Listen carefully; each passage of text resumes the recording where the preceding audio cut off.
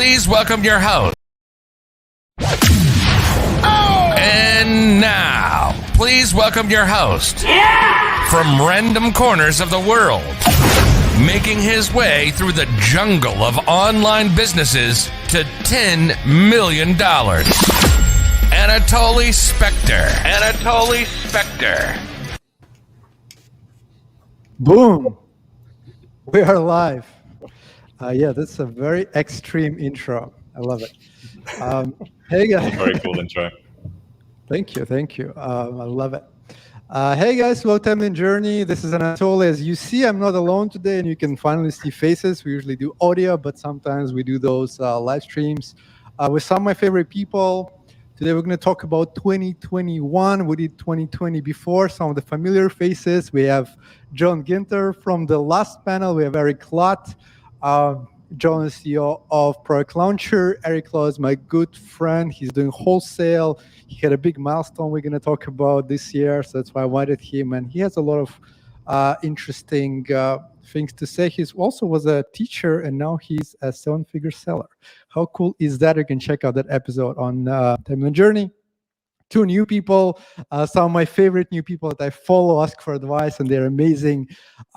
John Cavendish from Seller Candy. They help with all kinds of Seller Central. He was also a seller, and he's amazing with agencies. He's built agencies, and he's just amazing guy. So I'm very happy to see him. And Vanessa Hank needs no introduction, but Vanessa is amazing. Her Instagram that I think got a little bit trouble with, but full-time FBA. I don't know if you got it back or not. I think you're muted. Let me guess. Can I mute you guys? I don't know.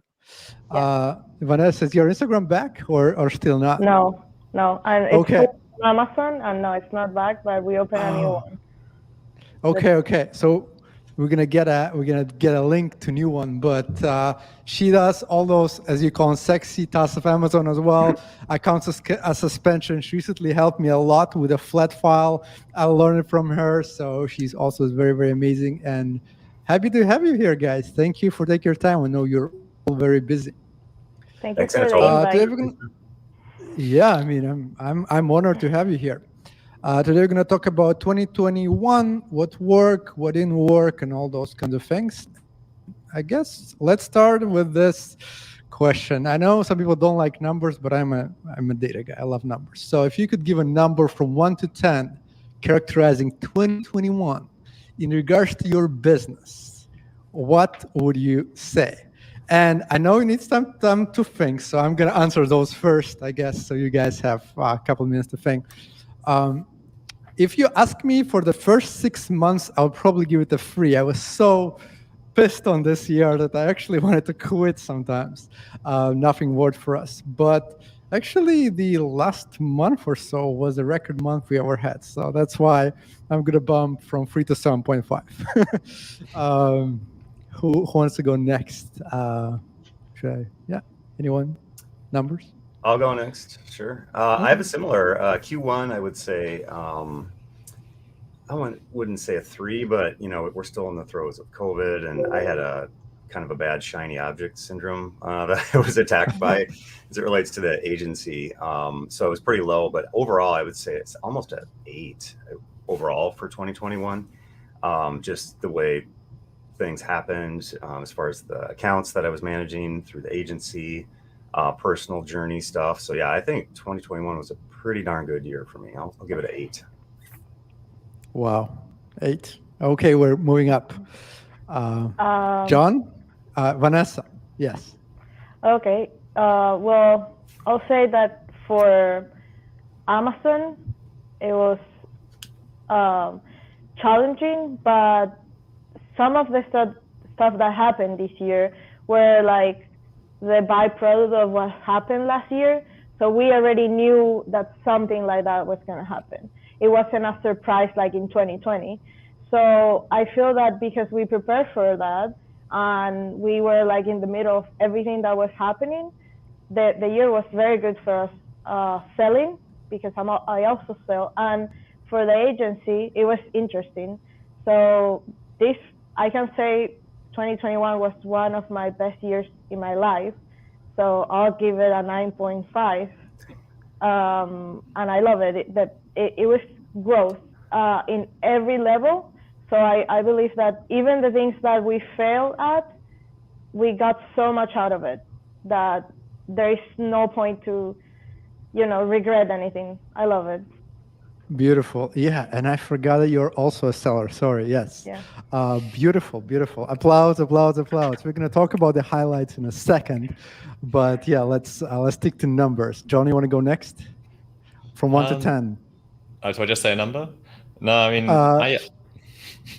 I'd agree with Say a John number and that, like, explain it. Yeah. in 2020, I had shiny object syndrome like crazy. So my theme for 2021 was focus.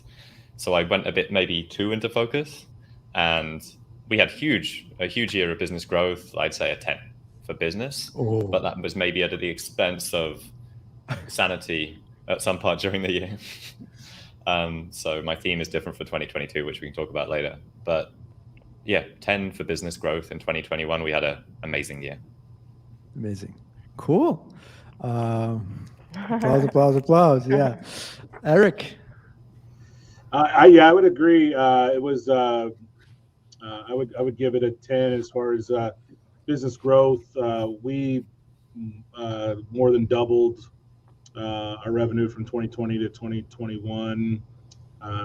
Everything was, moving and growing. It's been challenging for sure. The growth has caused growing pains. I realize that my hand is involved in way too many processes. So that's the focus for 2022. Well, I'm sure we'll talk about that later. But yeah, I would say overall it was a phenomenal year. It was a great year to be an e-commerce seller. So I give it a 10. Yeah. Wow. Amazing.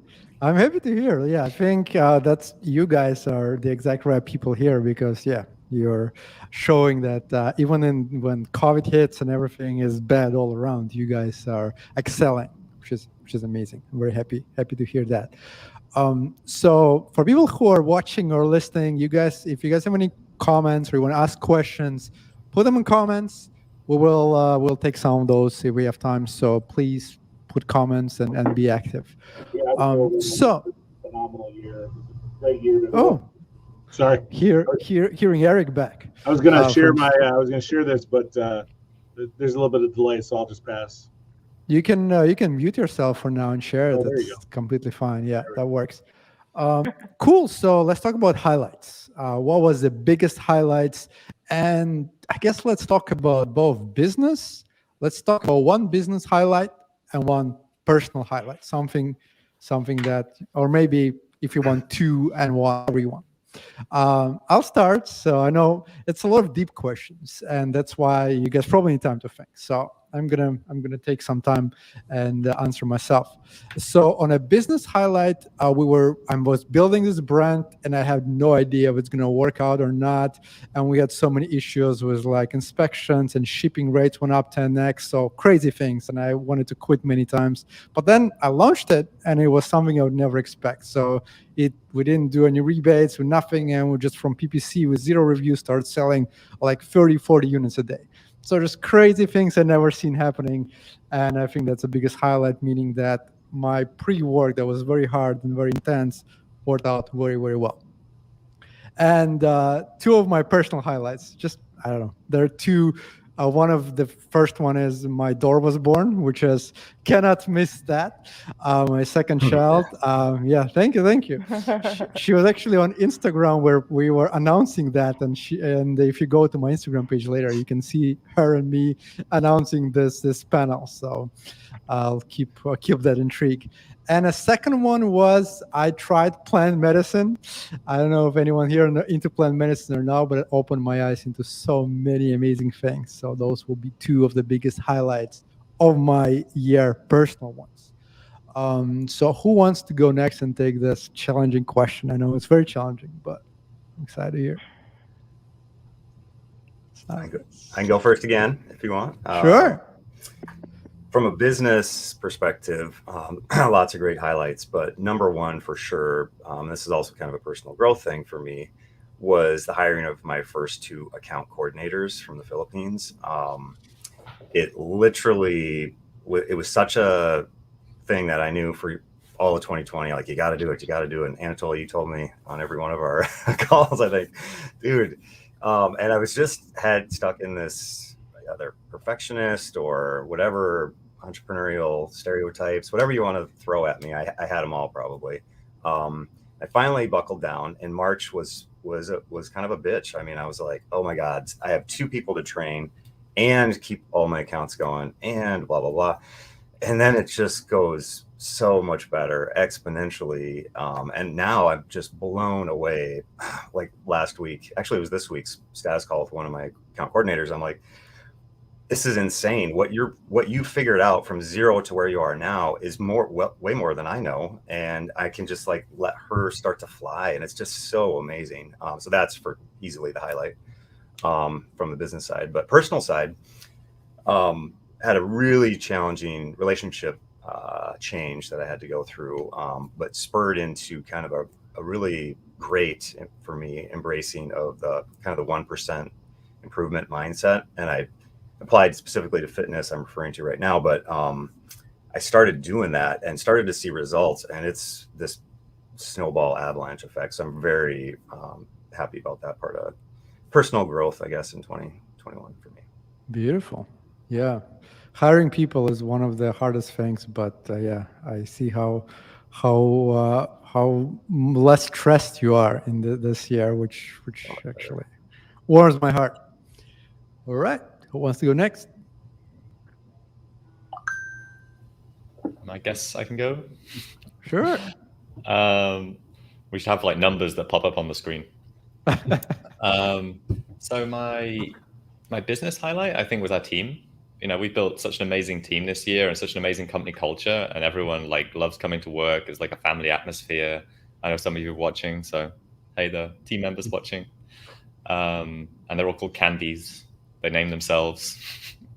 Hello, Candies. So it's Candy. Yeah, so Candies at Seller Candy. So yeah, we hired like 40 people this year, and growing the team, the amazing quality of stuff they're doing and how connected they are. I love that. So that's my business highlight for this year. And let's hope to 3Xing again next year. Hey, Paula. Paula's on our HR team. And in terms of personal, actually, some of my personal highlights this year was going to a lot of Tony Robbins events. So I did Tony Robbins a few years ago. It changed my life. I love it. And because of COVID, and because I was stuck at home, Tony Robbins went virtual. And I could attend more events I'm a leader there now, I'm a senior leader. I could attend more events as a leader in EST, and they run like midday to midnight. So the opposite way, midnight to midday, up all night. And that was my highlight of the year. I did like 6 events. I still get amazing insights from the events and help other people through it. And that's been the highlight of my year personally, being able to do all of that. Beautiful. That's amazing. Vanessa, you want to go next? Oh, yes.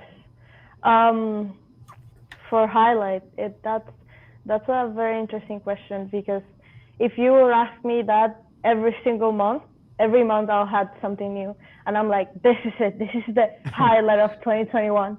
And the next month something bigger happened, and I'm like, oh my God. So this month I really been reflecting on everything that happened, and like growing the agency to the point where we are having a team. And I think the biggest business highlight was to start hiring people that are smarter than me, and that was a challenge, because as a CEO, as a founder, you're like, you need to be the best in your team, and sometimes I went through the process of hiring better people, and that was a highlight. Now my team is amazing, and with John and everybody that is in the agency space, you need to have a strong team. We cannot do it all. So I think that was it, like passing the hat of being the best person to somebody else that I trust, and they build this with me. So it's not only me now. That was incredible, and I think it's a lot of it's in between of personal and business, and being connected to people. So this year I was in a lot of in-person events. So that was very, very cool. And in the personal side, this year was literally a point where I can, in the future, I'll look back and I'll say, like, in 2021, everything changed because I understood the importance on communication and being clear in what you want. It's the base of happiness. So I think I realized that people are unhappy just because they don't communicate well what they want, and they set up expectations that people don't know about. So I learned that, and I'm like, I'm more happy than I've ever been just because I know how to articulate what I want, what I expect, and what people can expect from me. So that was just the whole journey. Like the whole year was that journey to articulate this, that what I'm saying right now, it was like all 2021. Amazing. Wow. Yeah, such a great lesson. Yeah. I need like a applause sound. Yeah. I'll work on it next time. Eric, what about you, man? I would say the highlight of 2021 from a business standpoint is as we went over 7 figures in revenue in November. And you know, when I first started this, I started off as just a side hustle. I was still teaching, and there was always this, like, you know, there was this magic club that everybody was in when you kind of got to 7 figures, and it took me longer than I thought it was going to take. And I know that, you know, when you started the comparison, you know, it's easy for me to compare, and there are guys that are doing, you know, millions of dollars a month. But when I think back to starting this on my kitchen table, you know, to where we went, and then I actually had to go backwards because I knew that I wasn't really building a business. I was just, you know, I didn't have systems in place. Everything was kind of dependent on me.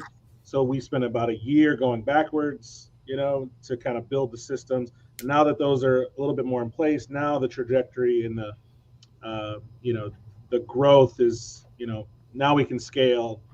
So I was really excited about that. And then from a personal standpoint, I think, so I would say in around 2016, I kind of started this path of kind of inner healing and kind of working on me.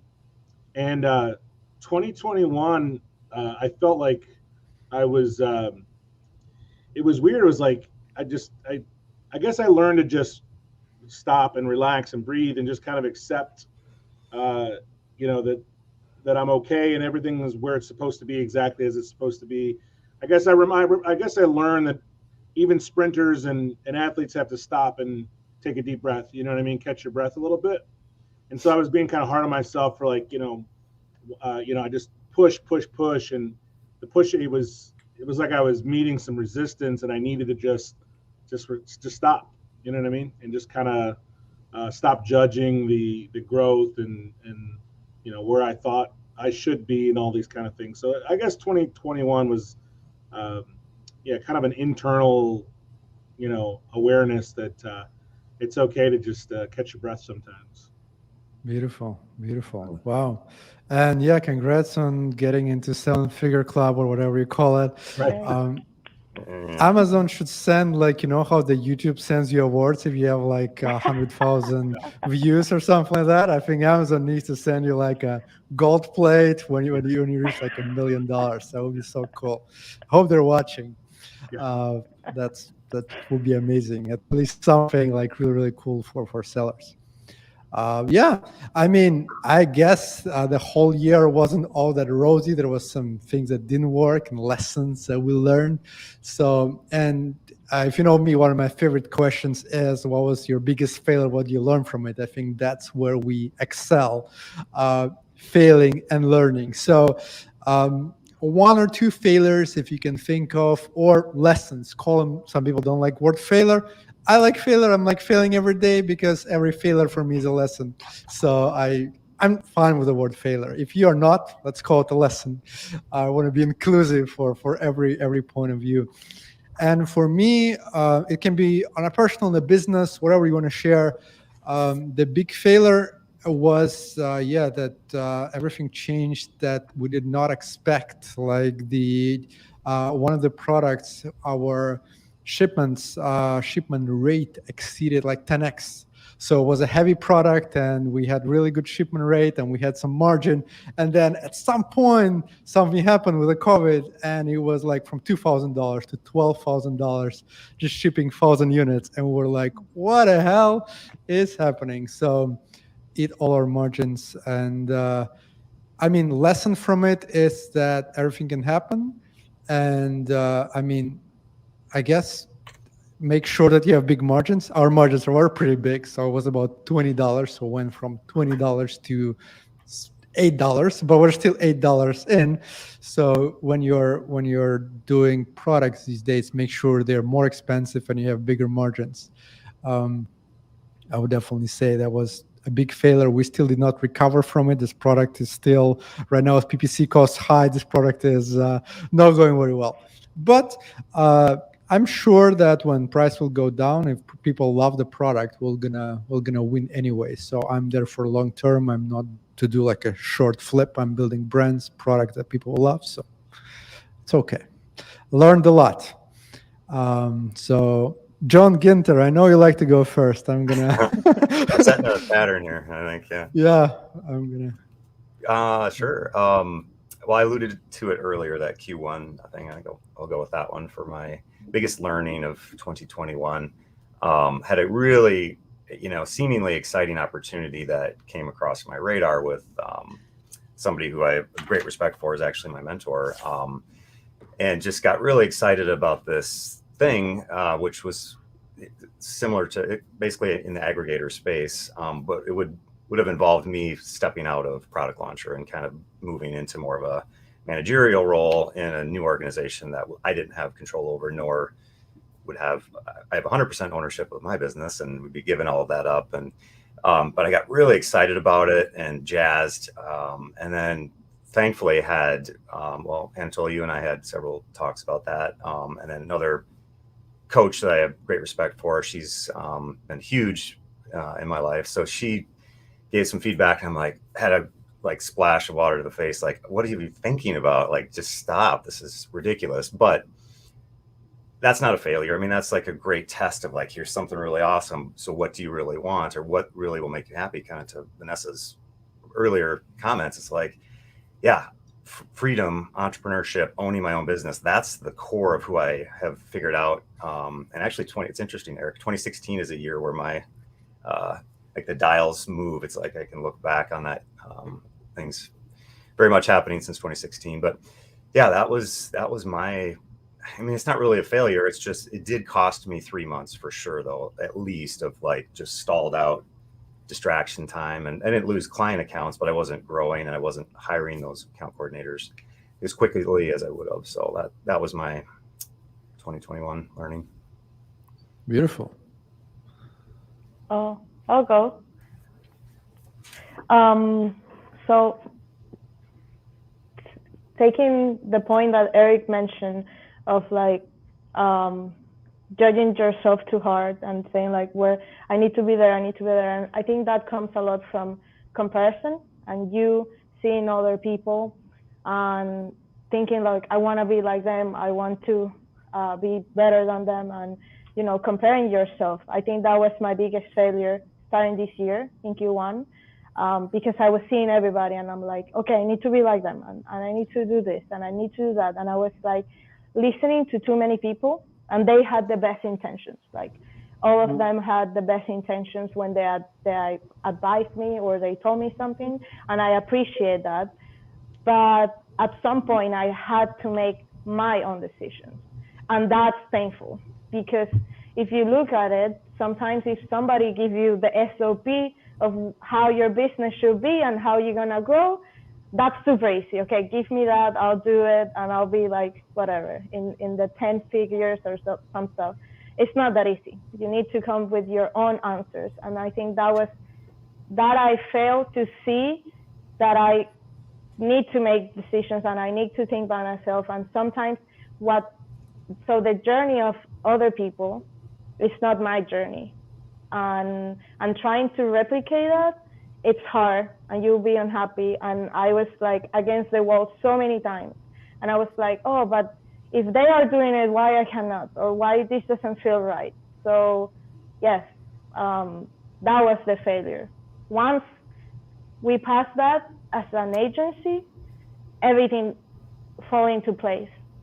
So failure, learning lesson, whatever you want to call it, but it was a struggle when we were not aware of that.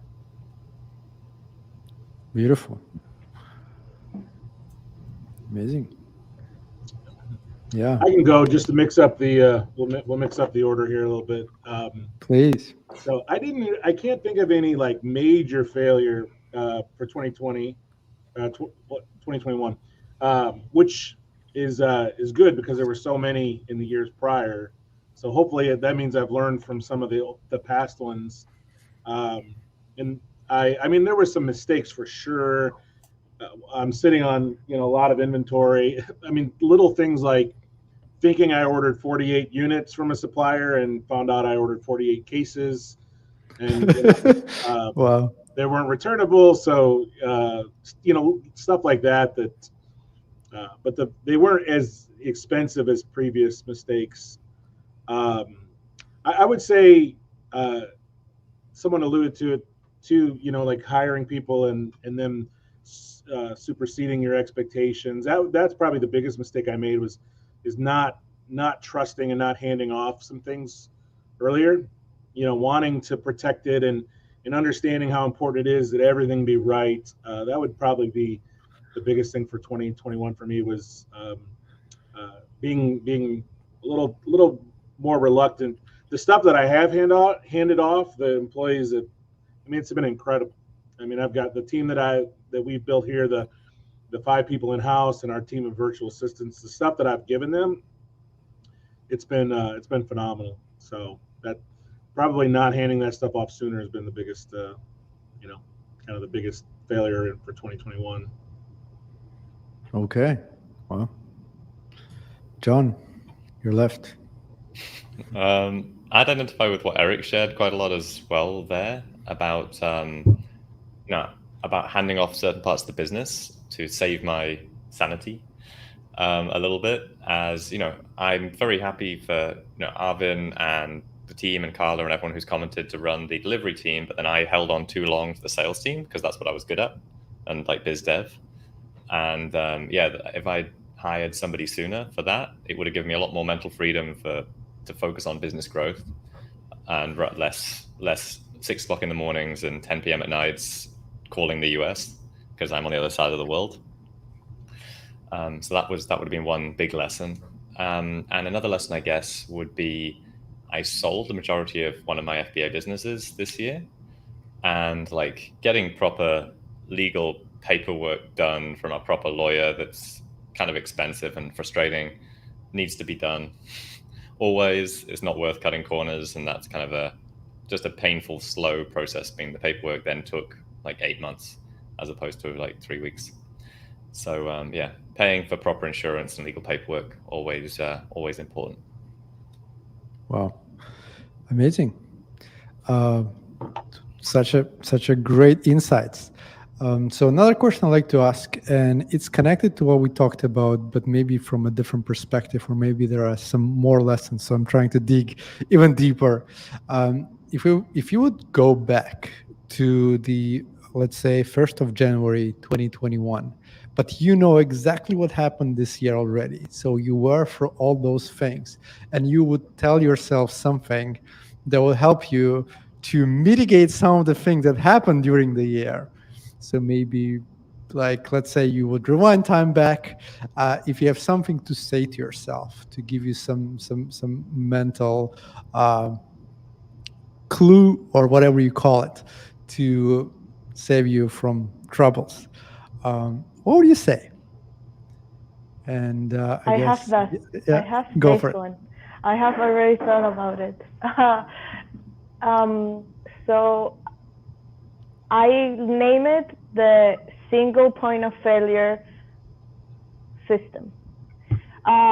So one thing that happened this year was that last month is that I realized that there are some things in my business that if I wake up tomorrow and I don't have it, I'll be in trouble, in a lot of trouble. For example, what happened with my Instagram account. my agency doesn't depend on my Instagram account, but it was my main communications channel. People knew me because of my Instagram. So that made me realize, okay, if I wake up tomorrow and I don't have that person in my team, or if I wake up tomorrow and ClickUp crashes, like, I don't know, or my computer dies, or all this stuff, I don't have a backup plan. And that's what me and my team, and I talk about it in my podcast, and I've been talking about it in other interviews, is that plan for having a backup, a plan B, a plan C, for all the things in your business that you depend on.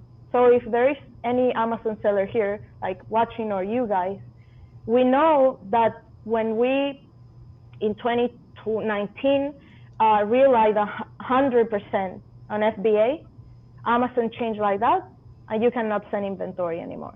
That's a single point of failure, because our business depends on that.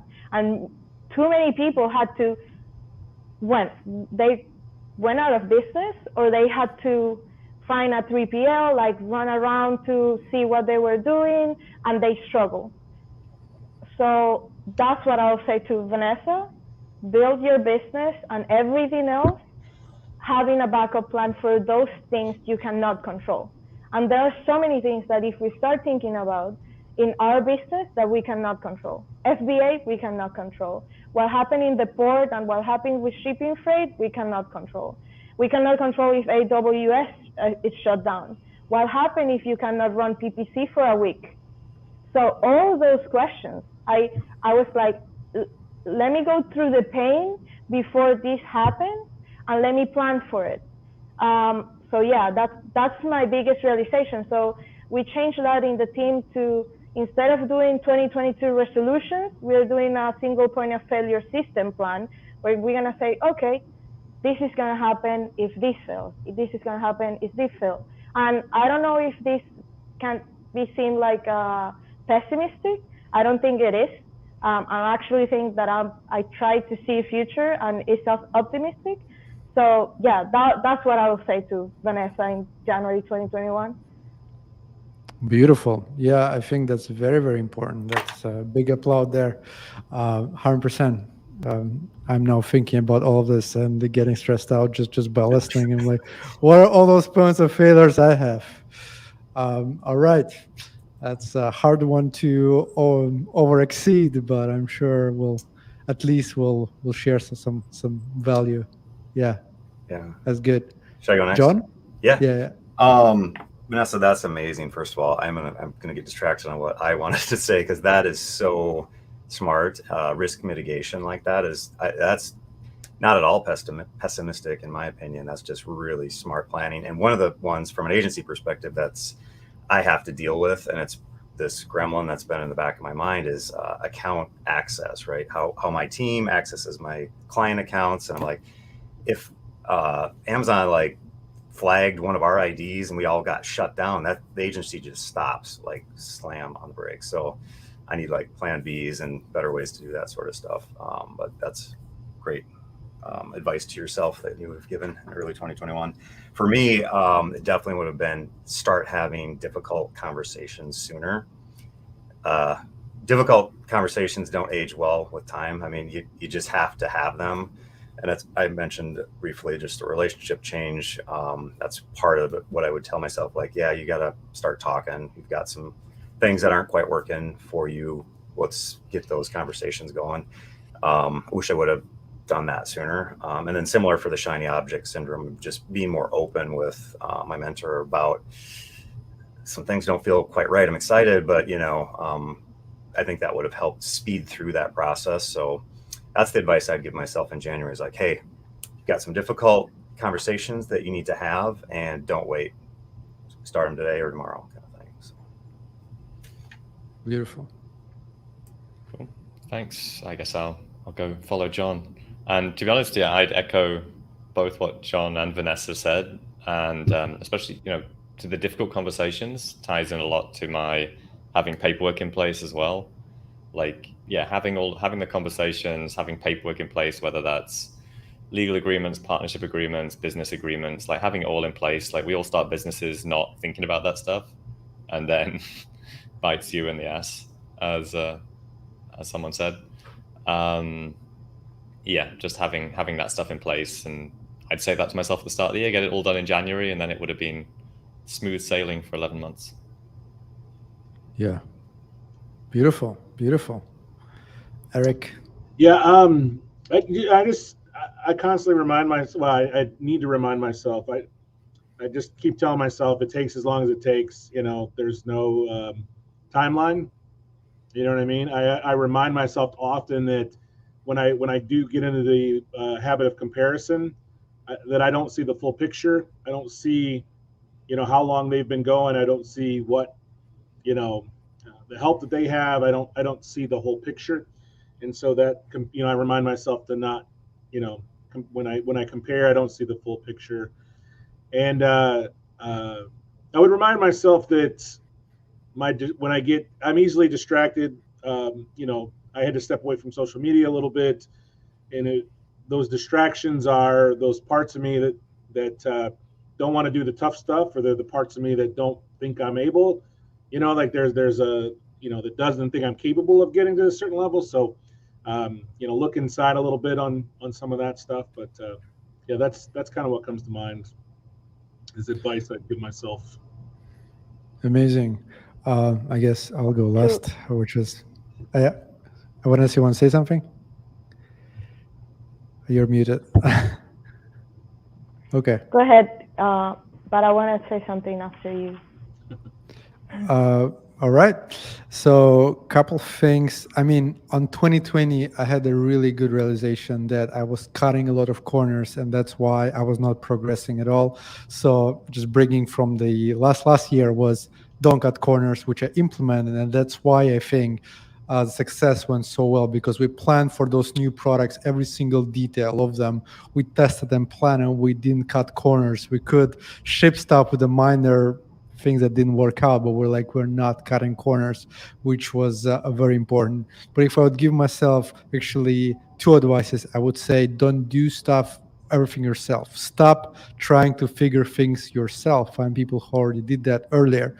And I have a great network for podcasting and just for networking with people. So I started using it later in the year, but if I would do it earlier, I think the result would be much more significant.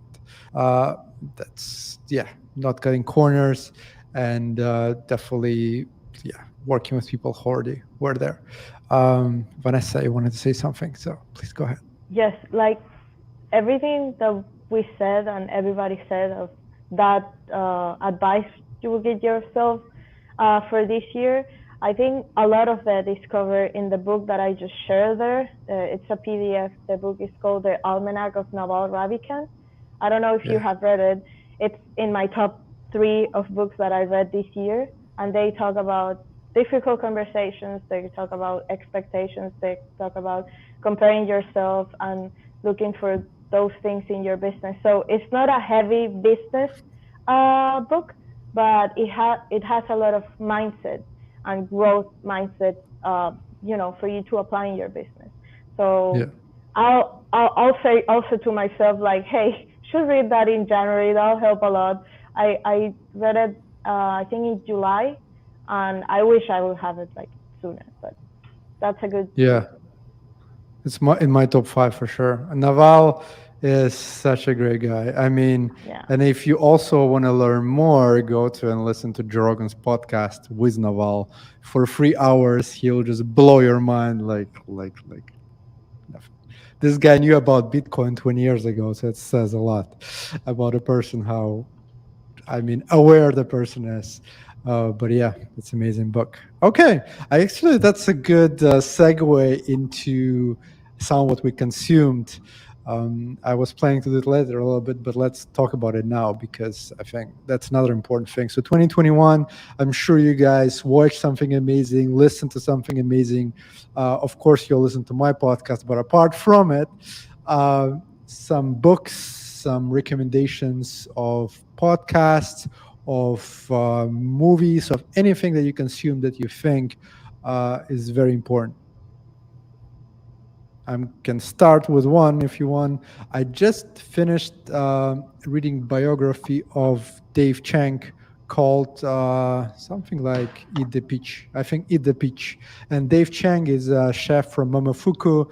I was like, okay, another biography, but he struggled with depression a lot, and he talks about how it all helped him to define who he is. And it's a very interesting book in terms of how certain paths of some people are not as direct as we think they are, because he's one of the best chefs in the world, but nothing, literally nothing would if in his childhood or his upbringing or until he became one of the best chefs in the world, nothing would say that he will. So that's very interesting. So I'll recommend that book, and I'll share more, but let's maybe somebody else have something to go. Eric, I know you read a lot of books. He was the one who recommended me one of my top one book, which is Untethered Soul. So Eric is very good in recommendation world. That, you know, what's funny is, as I was mentioning earlier, kind of that 2021 where like I was on this, I mean, I was reading a ton, and then in 2021, for some reason, I found like I was fighting myself to read, and it used to just be so natural. And that's when I kind of came to kind of embrace the just rest in it a little bit, and when I'm ready to catch, once I've caught my breath. But I did read some books. The couple that stand out, one was Dr. Joe Dispenza, Breaking the Habit of Being Yourself, and just mindset type stuff, and the science behind the brain, and it gets I just love learning about just kind of how the mind works and how powerful the mind is. And that was one that really stood out to me. Nonfiction, I just finished up Dave Grohl, who's the lead singer of the Foo Fighters band, and just his story. And that's even another indirect way of like a singular focus, like how if we kind of set our focus and we kind of throw our intentions out there and just trust, whether that's God or the universe or whatever it is, if you just kind of put it out there and just, hey, this is what I want, and then you just keep showing up, and just kind of trust the process, how it all kind of plays out and comes to fruition. So those are two books that I enjoyed reading this year. Amazing. I need to read Joe Dispenza one. I haven't read that one, but put it on my list. I suppose I can go next, just because Eric triggered something in me when you said about the Untethered Soul. Mm-hmm. Like one of the best books I read or listened to this year was The Surrender Experiment, his biography, and I just like the way how it kind of tied in spirituality to business to his life, and also if you listen to the audiobook, it's him reading it, which I think is really cool. We kind of get his life story. On the back of that, I tried to read the book, his thing, the Autobiography of a Yogi, is it? The one he keeps referencing. And yeah, that was maybe a bit too hardcore for me, but interesting. And then another book, which I haven't finished yet, which I've been really into, thinking about what's going to happen in the world right now, is The Fourth Turning. I started it, maybe recommended by Daniel Fernandez, actually, who you mentioned earlier, of AMZ Clever, a few months ago. Some good YouTube videos on it. And yeah, basically the concept that the world happens in cycles of about a human life, and cycles come up and down with the generations. And strong people lead to good times lead to weak people lead to bad times, bad times lead to strong people lead to good times, and and there's cycles. And I think it's a good kind of analogy that he wrote in the 90s of what's happened since the 90s to now, and what he thinks is going to happen between now and say 2030. And he wrote it in like the late 90s, so it's really cool. Beautiful. Yeah. Need to read that as well. I haven't read that, but that's amazing. And if you guys who are watching, if you guys have any recommendations, put them in comments as well. Any recommendations are very, very welcome. John, number 2, John Ginter. What about you, man? Yeah, John, you're number 1. Good stuff there. I just wanted to comment, I guess similar to what Eric said, that COVID did a number on my desire to read. So I was a voracious book a week person pretty much my whole life. Then COVID hit, and I just lost the desire to read most of 2020. I've read like 2 books, and it was so weird. I would like tell myself, just pick it up, just try to read, and I couldn't. I had no desire to. So one of the things I like about 2021 is that sort of engine is coming back online. But I'm going to totally echo the Untethered Soul. That's one I need to maybe even quick reread again for however many time before the end of the year. But I love that book. It's fantastic. Fourth Turning, I'm writing down because I want to read that. I did just get The Changing World Order by Ray Dalio. Just getting started on that, on similar concepts of, I think, cycles and how you can analyze what might be coming up. But the big one in 2021 that I read that impacted me, mentioned the 1% method. I love the fact of how that's shifting my perspective around goal setting, right? Where this big lofty thing where I want to get the agency to, however many figures and revenue and all that, but instead shifting it to still have those goals out there, but shift your daily focus to what am I doing today to get just 1% better? What can I do? And do you mean the One Thing? That's a book? Ray Keller, One Thing? The 1% rule. Sorry, I said method. The 1% rule. I actually have it right here. Tommy Baker. Oh, that one. Yeah. Huh. But basically, yeah, I mean, from the fitness perspective, it just turned into this, all right, I have a body fat percentage goal that I want to get to. I want to shed all this COVID wonderful weight that I gained. So rather than like have that out there, which can be daunting, it was just, all right, go to the gym today. That's my 1% thing. I cannot take a step back. I can't skip today. And then once I got that going, right, so I don't ever take a step back. Now it's, all right, just bump the treadmill up just 0.1. You can do that. That's like, you don't even notice that change. And just those little things like that ridiculously added up. And within like 3 months, I'm looking at the goals that I was, or, body fat stuff. I'm like, holy crap, this works really great. So I'm excited to shift that more into a very specific business focus for 2022. It's a good book. Yeah. It's amazing what you can do just by doing small things every day. That's 100%. Arvin is saying start with Why, but by Simon Sinek, which is, it's a really good book. Amazing book. Simon Sinek is awesome. And that's the golden circle. Start with Why. Yeah. And TED Talk, if you guys don't know, go to TED Talk. Simon Sinek is very, very good. So for my top 3 books this year, I'll say the first one was Traction, which I don't know why I read it so late. I feel that that book I should have read, I don't know, maybe 5 years ago. It was amazing. Then the Almanac of Nobel and Think Again from Adam Grant. I like that one. It's a good book. Yeah, from this year, that's my top 3. What surprised me that I think I'm reading more that books. It's a website called Farnam Street, and I don't know if I'm pronouncing that right, but it's FARNAM Street, and they talk there about mental models. And that for me was the biggest lesson of all, like 2021 of what I read, is that you can have mental models for everything. And having that organized in your mind will help you get through life easier because you apply that knowledge. And sometimes it's difficult to see when you don't have things clear. So they have the website, the blog is amazing. It's like very well written. It's not an easy read. Sometimes you need to take time. It's like a book, but in a blog version. And they also send the newsletter on Sundays. So that newsletter changed my 2021 for sure. Like in my business, in everything, the mental models there, it's like, oh my God, amazing. Wow. Maybe you can put the link in the same place you put the link for Naval. And wow, I'm subscribing after this. Love that question. So many amazing recommendations, and from you guys, it means a lot.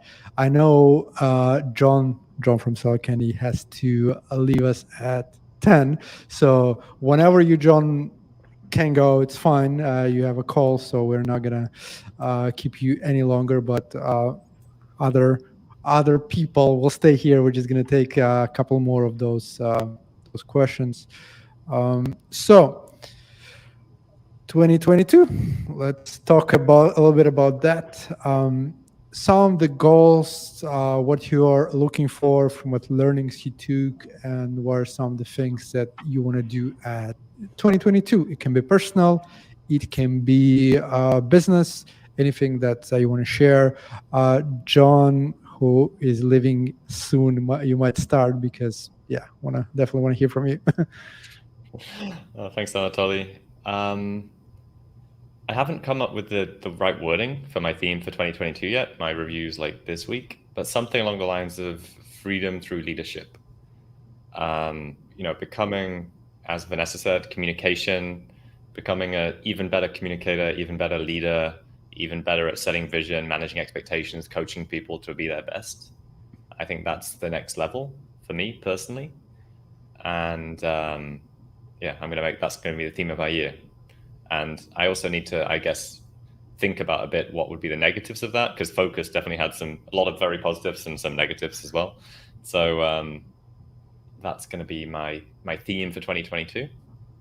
And then in terms of goals, me and my friend always have we get together every year for the last 5 years. We do our review of the year and then we set our goals for next year.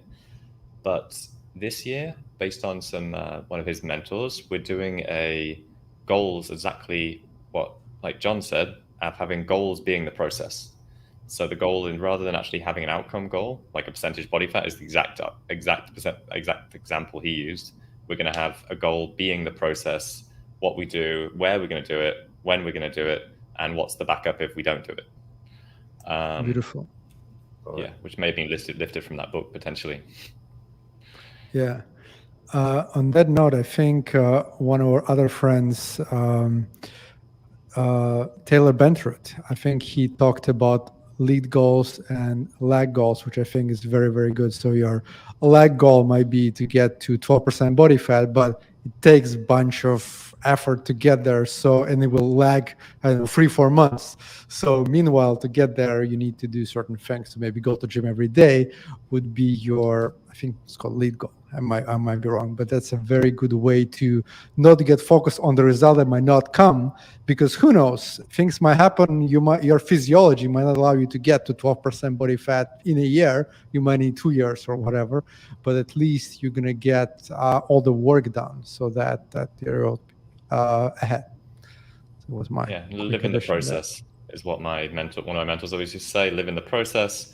The goal, when you get there, as I'm sure we all identify, once you get there, it's nice, but it's almost inconsequential most of the time. Yeah, it's beautiful. It's like 5 minutes of happiness.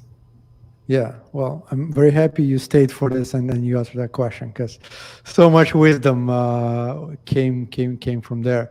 I can go next if no one wants to go. So thanks, guys. So See you. Okay. Nice meeting you. Happy you all. Have a Stay great in year. touch.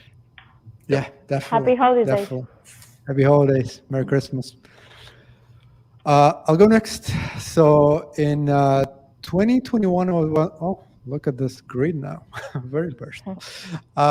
In 2021, I started working with a personal coach. It's all about not waiting and relying on people who are there and can help you. Actually, Oli, who was on this podcast, he's coaching me to become more fit, in a better shape. And it's been crazy. In 2 months, I've got somewhere where I would not get in 12 years, which is amazing. So I'm definitely, my goal for 2022 is to continue that, just to regularly work with him, invest in that, because I used to think that you need to invest in things like crypto or stocks or business or whatever, but really investing in yourself, in your fitness, is as important. It doesn't give you a monetary result back, so you might think, I don't know if I need to spend so much money, but actually it's even more important. So that's what I really learned, and I'm going to continue doing. And in terms of business, definitely going to want to take this brand to the next level, because it seems like we're into something very special here. So when I finally get to at least my first 7-figure of this brand next year. Well, we'll see how that happens. And in any way, more important, the journey. And so far, journey is great.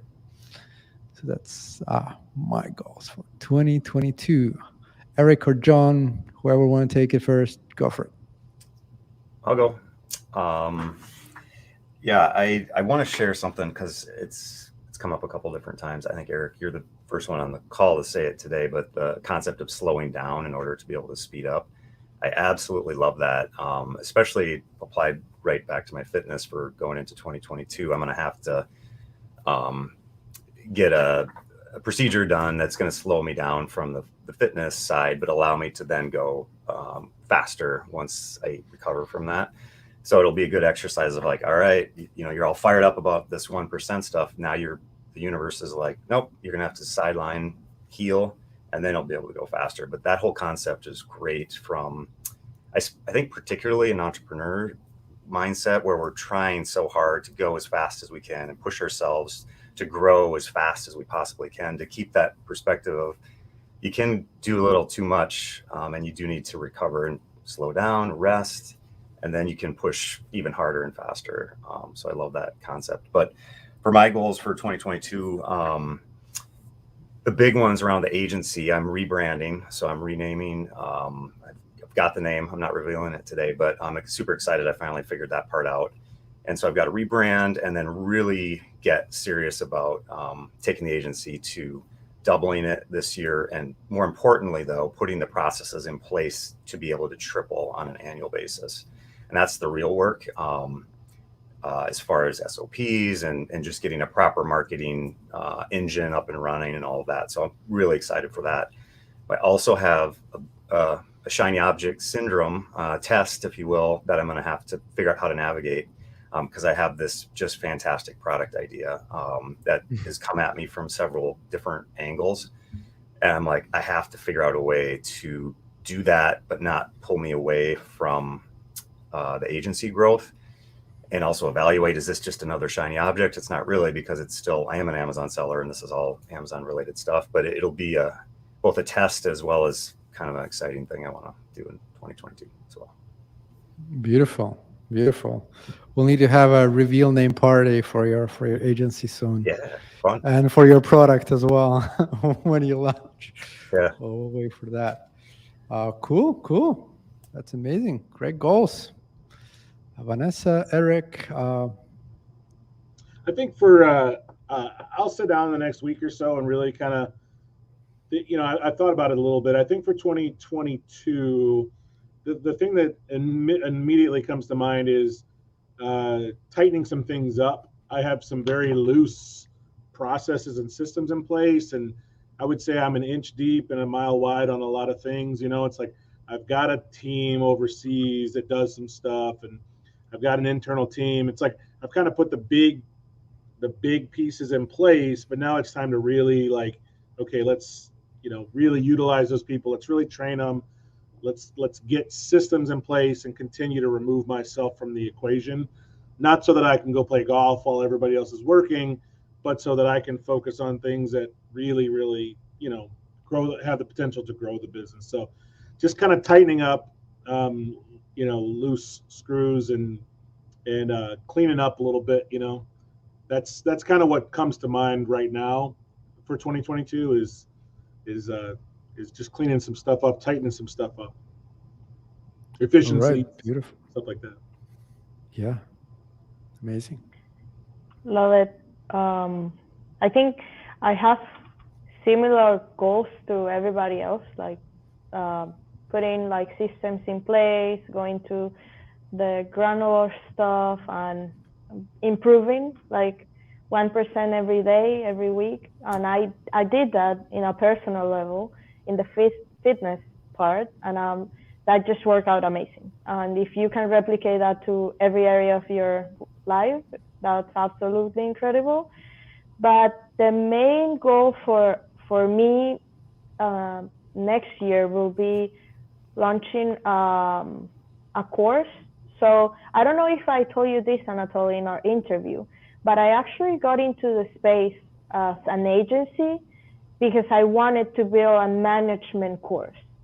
Nice. I wanted to teach people how to manage their accounts, so they don't need to, just rely 100% in seller support. And when I started like thinking, putting all the pieces together, I said like, okay, I don't think nobody's gonna listen to me if they don't know me, or they don't know what I know, or they don't know what I'm capable of, or blah, blah, blah. The reputation, I didn't have it, so I cannot build a course without that. So now that I think I have some, and I think I have helped people, and I feel validated. I mean, that's not really that important, but also it is. So I said like, okay, I'm gonna build a course. Then I came to the blogs or all the things that I want to talk about. This is huge. This is like replicating maybe Seller University, which I'm not gonna do because it's super big. The platform is changing all the time, so it's almost like impossible to do it. In like my business, I don't have the bandwidth to manage that. But so as a problem solver, I said like, okay, I need to still do something, because education for me and sharing knowledge for me is one of my core values. So what I'm launching next year in Q1, it's gonna be a course on the category listing report. So I'm gonna talk about like all the details, like implementation, case studies, and I don't know how it's gonna look like in the front end, meaning if people will buy it, if it will be like in a group, or if we'll, I don't know that yet, but I already have the whole structure. I already have the whole content. I'm just waiting for my family to leave so I can start recording for the holidays. So once they leave, I'll start recording, and I hope to have that in February. But yeah, that's my biggest goal. After that, obviously focusing on the agency, and yeah, keep helping people. Beautiful, and I'll be happy to promote it here. So whenever it's out, I'm volunteering to spread the word as much as I can, because you're saying that you're not sure if you have reputation or not. I'm gonna tell you, you do have reputation to be one of the most trusted experts right now on unsexy things of Amazon, and everyone I talk to, I mention your name, and they all know it. So. They're like, yeah, Vanessa, yeah, of course. So I don't know how you did it. I need to learn that from you, but you've built yourself a very, very strong reputation. So congrats on that.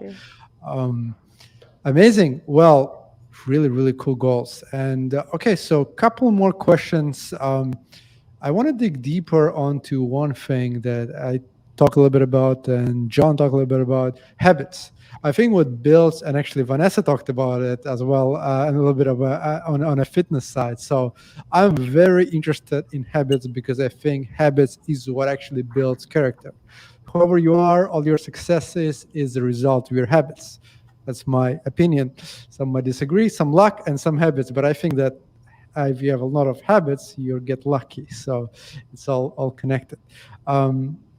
What are some of the habits that you adopted in 2021 that you want to carry forward to 2022? For me, a couple of them: working out with a personal trainer 3 times a week. That will be one. Trusting this person on my diet and just doing what he says, because it also works for me on so many levels. That will be 2. I'm also I opened an agency this year, a PPC agency called AMZ Elevator. So reaching out to people every single day to find new clients for this agency would be thing number 3, consistently reaching out. And optimizing my products and never stopping for the Amazon business will be number 4. Every day, 1%, maybe just optimize PPC, find some typos in the listing, just optimizing some photos, sharing it somewhere, doing some little things that result in big things later on. So I hope I gave you guys enough time to think about those habits. Who wants to go? I can go. It was weird is I was building some habits into my life I would, morning habits of journaling, meditation, reading, and I personally caught COVID in March of 2021, and then we went through a home renovation. We had to move out of our house, and so there was a stretch where 3 or 4, and it's really almost a year later. We're just now kind of getting back settled in, but all of those habits that I had built up and I was so proud of completely got destroyed. And it was so tough. That was part of this year where it was like, why is it so hard to get back into this? I was so proud of like where I'd come and how much I, building, being someone that never journaled to being somebody that, did it daily. And so that's kind of where I kind of embraced this, like, hey, just let it go. When you're ready to kind of come back into it, you will.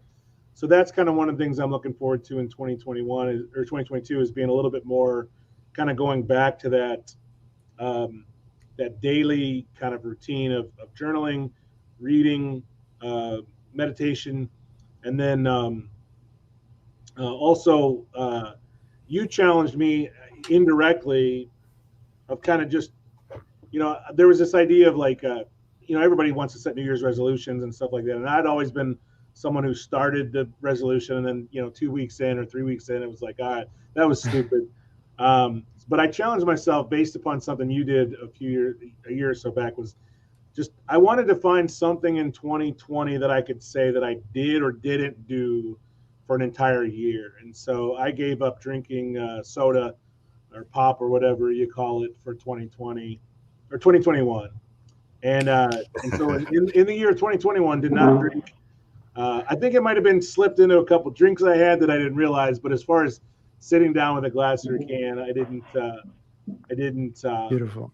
drink any for 2021. So that's something I want to do, something else now that I kind of had built that muscle of like, I can go for a year of doing something. I haven't quite figured out what it is yet, but I want to kind of continue on that muscle building habit for 2022. So yeah, I want to get back in the habits of, like I said, reading, journaling, and so that's kind of what is going through my mind for 2022.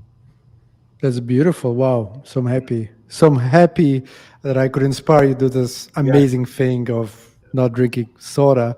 I had one of that not drinking alcohol a couple of years ago. And I think that might have been what I'm not a huge alcohol drinker, so that wasn't really much of a challenge for me. But at the time, I was drinking a lot of, it was drinking a lot of soda. So that's what it was, a challenge for me. But for everyone listening, I really recommend as an approach, choose only one thing, just thing that you think is important for your life that could bring you asymmetric benefits. Like, let's say if you stop drinking soda, you might have more energy, you might have clear mind, you might lose weight. So one thing, if you give up one thing, that will give you so many benefits. So choose one thing that results in many things. Like if you start working out, for me, I started working out, my posture got better, I started looking better, I started feeling better, I started to commit to a diet, start eating better. So one thing can just domino lots of other things. And if you do one of those things a year, just commit for 12 months and that's it, then you'll be surprised because they all are related. If you give up one thing, you start to, it's easier. Like when you learn how to give up a habit, it's not a problem. Like I gave up coffee and alcohol and smoking and whatever, everything, almost everything. Now I don't eat sugar. So it's not a problem if you just do one thing, small thing, 1%, just say, I'm not going to just do that. So yeah, sorry. A little slipped here, little hack. Who wants to go next? I can go. So now that you mentioned getting rid of sugar, well, that would be something interesting to consider because I like chocolate too much, and I'm like, I know that that's not healthy. So how my life will look like if I give up sugar? That's something that I can consider for next year. But the ones that I didn't set up like habits, but goals that I want to accomplish in 2022. I still don't know how the habit would look like, but it's something regarding communication. Because I can, besides my team, I can like spend days or weeks without talking to anybody, like nobody. I talk to my clients and I talk to my team and maybe my sister because she lives with me. But besides that, I can just be silent, and that's something that I really want to change because it's not really helpful for relationships in general, and I don't know, maybe it will be worth it for you to ask you, like, what do you think it's a good habit to do that? Because what I want to try is to like be more connected or creating meaningful relationships that I think I have created. So, for example, I know Eric from Clubhouse. We met, like, we've been in rooms together, and I know who he is, and I've seen him around, but feeling more like the communication, connecting, or try to put myself in a position where you can really text me and ask me whatever. But sometimes I'm not the person that's gonna start that. So that's what I'm trying to change, and I don't know how to do it. So any advice? Okay, I guess it's a question. So my advice, since seems like I got pretty connected in the last 2 years that I never would imagine to, I would not have you guys in this room if I didn't have a podcast. So one of the ideas I would say is to have a medium where you can talk to people uninterrupted. It could be podcast, it could be just Clubhouse, it could be anything. And it does not have to be Amazon related. It could be like find your passion and just the best thing is to talk to people who are maybe different than you and try to find them and talk to them one-to-one. And I think usually if you record it, which for me is like podcast, they open up and they're ready to come and they don't use their phones that often. I find that to be one of the best tools right now. In Bali, I'm renting a studio and I'm coming there and I'm interviewing just incredible people that I would never be able to talk to, like people making lots of money or making a huge impact, or I want the guy working with like Tony Robbins, his friends. So it's crazy, amazing people in Bali. And just because I do podcast, I have a medium that I can share their stories, allows me to connect with them. And then from there, following up and making sure that they bring them value over and over again. I think that's what I would say. And if you don't want to do it through that, I would recommend to create a list of people you know who are amazing and then ask them to introduce you to more amazing people. And that actually also works well. That would be two advice. Does that help? I have a thought to add for Vanessa. So I'm very much an introvert, Vanessa, and getting out into this whole entrepreneurial journey and learning how to be a salesman, that was like terrifying 2.5 years ago, my first like sales calls, but my advice, and there's been this transformation for me, and it's been wonderful and also kind of odd to see it occurring, is in 2021, I've just kind of opened myself. I know it sounds kind of woo-woo or weird or whatever, but like at the fitness center, rather than eyes down and got to get my workout done and I'm getting out of here, I've just started like opening up, right? Like having my eyes up and making eye contact and just smiling at people. And again, I'm not an extrovert. I'm not generally going to go up and just, hey, I'm John, let's start chatting. But it's weird how, like, I have a gym buddy now, William, he's like super cool. And I'm like, well, how did that even happen? I don't know. I just was walking by him, but I'm up and whatever. And so now that's a connection, right? And who knows where that can lead, right? He's super entrepreneurial and we have all these things in common. And so that's just a little bit of my journey. I don't know if that is helpful for you or not, but anyway. No, yeah, 100%. I think that being the habit, I'll name the habit to just being proactive.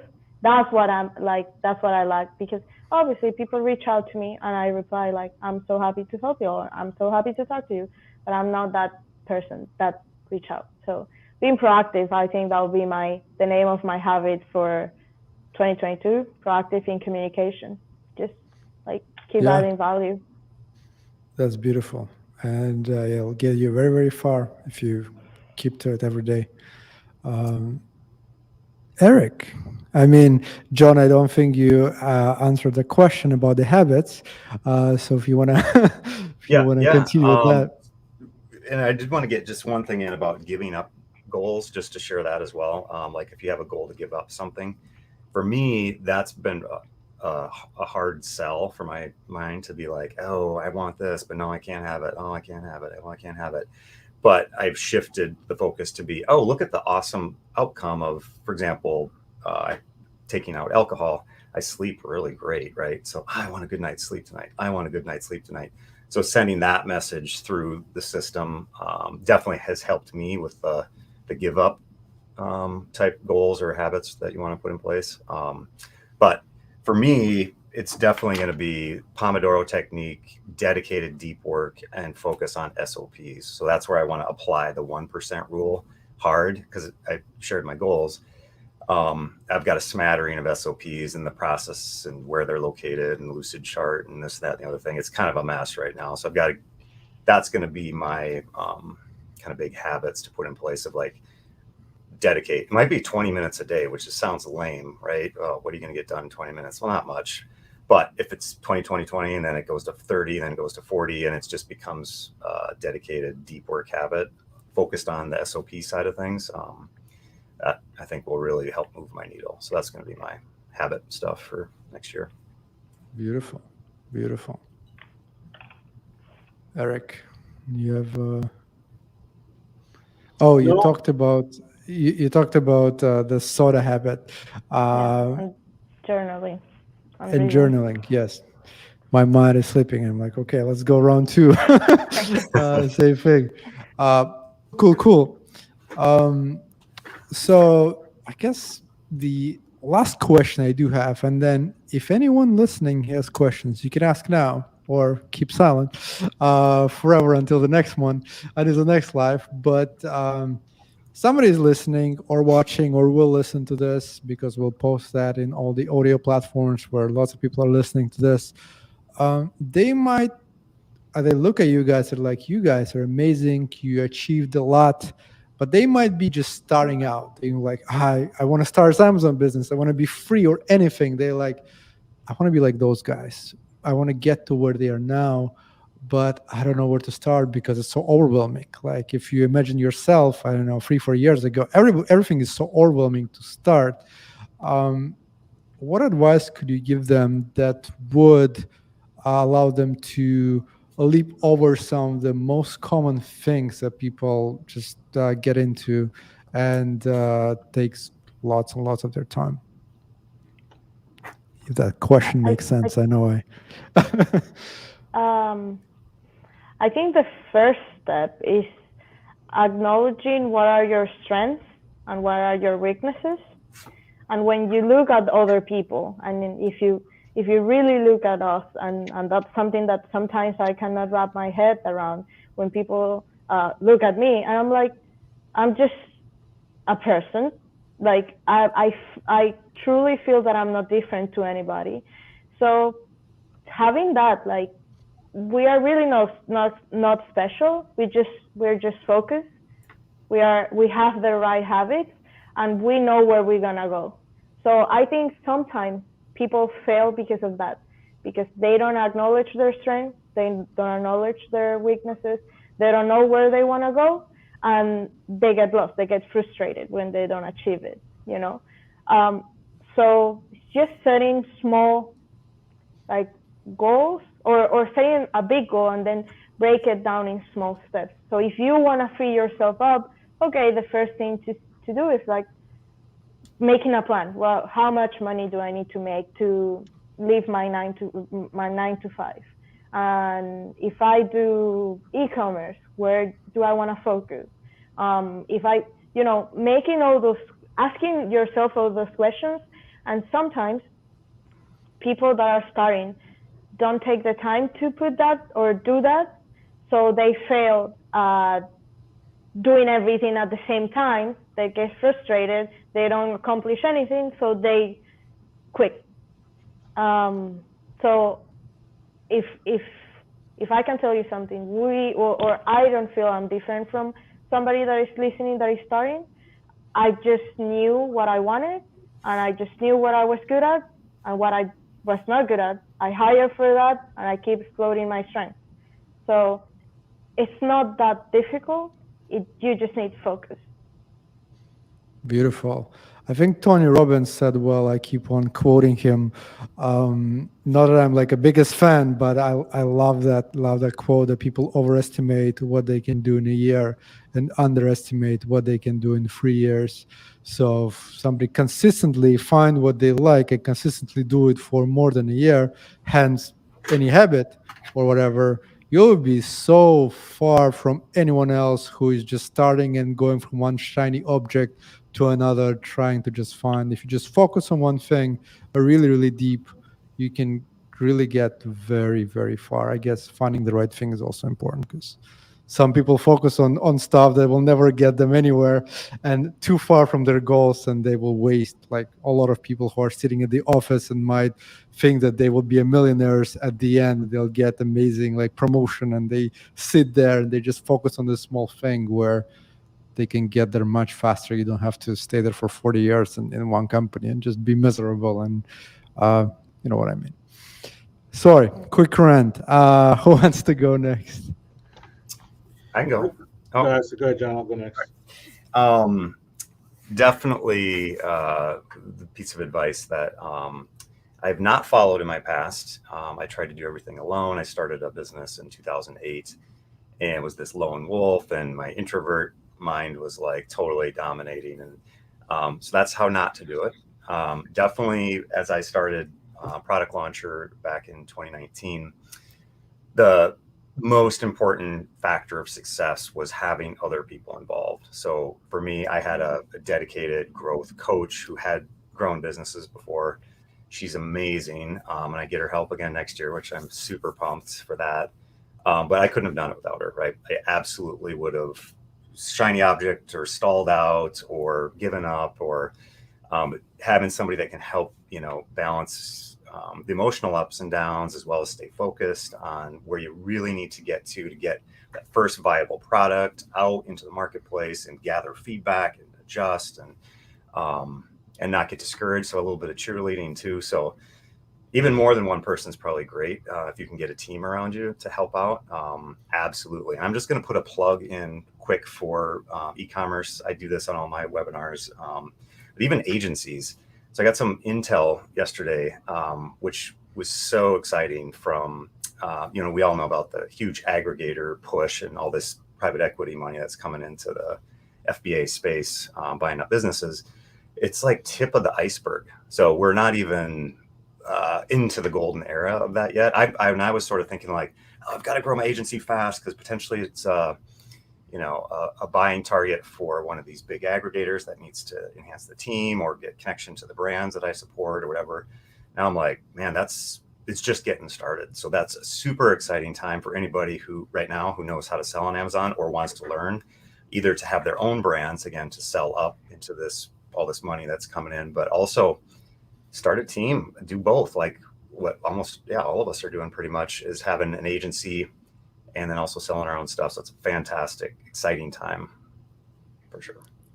Beautiful. I think very important what you said about finding somebody early on who already went for that path. I think that what a lot of people are missing, either it's for podcast or it's for any medium, but find somebody who were there and first ask them, what are their day look like? Do they enjoy what they're doing? How much are they earning? And you might find a lot of things that you don't like, and you will be like, shit, I don't want to be like that person. That's not sexy at all. I don't want to do that. And that will save you so much time. Or they might just give you a quick path or introduce you to someone who will get you there in like a month instead of a year. So I think just spending lots of time connecting with the right people might be even more important than actually doing some mundane work, because people might know some shortcuts. It's just putting what on top of what John said, but yeah, completely agree. Eric, what about you, man? I wrote down a bunch of notes here because these are all things that I wish somebody would have told me when I first started. The first thing is just getting past this idea that it's supposed to be easy. I I thought it was supposed to be easy. You know, I saw the YouTube videos, and so I just had this idea that it was supposed to be easy. And when I kind of embraced the fact that it wasn't supposed to be easy, then I kind of, you know, I realized, yeah, who told me that? Why did I, you know, I wanted to believe it, but that was definitely something that helped me, is when I kind of embraced that if it was easy, everybody would do it. And that's why not everybody, you know, whatever it is that you want out of life. I would just say show up every day, even when you don't feel like it. There are days that I walk in here and I'm, you know, I worked yesterday till 7 p.m. and could have worked later. I loved it. You know, I was productive. And then there are days where by noon, I just want to walk, you know, I just want to turn the keys in and walk away from it all. But I would say just keep showing up. Take action, especially in the beginning. You get excited, you watch YouTube videos, maybe you find a Discord or Facebook group, and I think it's so easy to get kind of paralysis by analysis. And I think at some point you just have to take action. Failure is not a negative word; it's a teaching tool. You're going to learn. The majority of the lessons I've learned in this business have been from doing things wrong. I call it making tuition payments to Amazon University, and I've made some really expensive tuition payments over the years. But once I make that payment, it's like, okay, I don't want to do that again. You know, so I learned from those. And probably the biggest thing I wish someone would have told me is that whenever you start something, so in this case, if you're wanting to get into Amazon or some type of business, it's going to reveal things that you think about yourself. It's going to reveal beliefs that you have about yourself. If you look at it as kind of like I don't know if spiritual is the right word, but for me, it's made me confront a lot of the beliefs I have about myself, you know, limiting beliefs, you know, maybe seeds that somebody planted, or a teacher or a parent or someone kind of planted that made me think about, you know, myself a certain way. And so this business has actually been one of the biggest catalysts for growth for me, is because it every day I confront, you know, something about myself. You know, when it gets hard, there's that part of me that wants to quit, and there's that part of me that doesn't believe, or yeah, those are kind of the things that come to mind. Take action. Learn through your mistakes, and just keep showing up. You know, just show up every day, and you'll be shocked. You know, like a year later or 3 years later, when you look back and you're like, man, and I'm a perfect example. Is I quit so many things. I was a teacher, but I had this entrepreneurial spirit, and I started so many businesses. I started a t-shirt business, vinyl banners and signs, deck, power washing and staining, web design, all these businesses, and I just quit when they got hard. And for some reason with this, I just decided to just push past the hard. I can take you back to the day and the location where I almost quit on this. And I just, for some reason, that one day I said, you know what, just walk away for a little bit. You know, just step back, take a breath. And I just had this epiphany that, like, everybody's going through what I'm going through. Every successful person, whether it's success in business or success in fitness, whatever it is, everybody hit a wall. Everybody wanted to quit. Everybody got to a point where it's hard. And the difference between them and most of us is they just didn't quit. They just kept going, you know. And so that's been the biggest thing for me, is just keep showing up, keep going, keep moving forward. Even if you just make an inch of progress, you know, just keep showing up. That's that's the quote that says, if you think this is hell, why would you stop here? Or why would you stop there? And I don't know where I read this, and I don't remember if it was from Rich Grohl, but he said something about, like, he always wanted to see what is beyond the pain. And I think I got that, and I like integrated in my personality, where sometimes I'm in discomfort very often. Like, somehow the discomfort zone is like my comfort zone. Sometimes being comfortable where I'm at it's not comfortable for me. I don't know if that makes sense. Yep. But always Yeah, being there and yeah, like going through the pain, like something, I always say like something great is gonna be after this. Like it hurts so much. The growing pain is something real. And I thought, as you said, Eric, I don't know where the message got like misleading and saying like business is easy, or building your business yourself, or when you're an entrepreneur, life is easier. I don't think so. But I don't know where that comes from.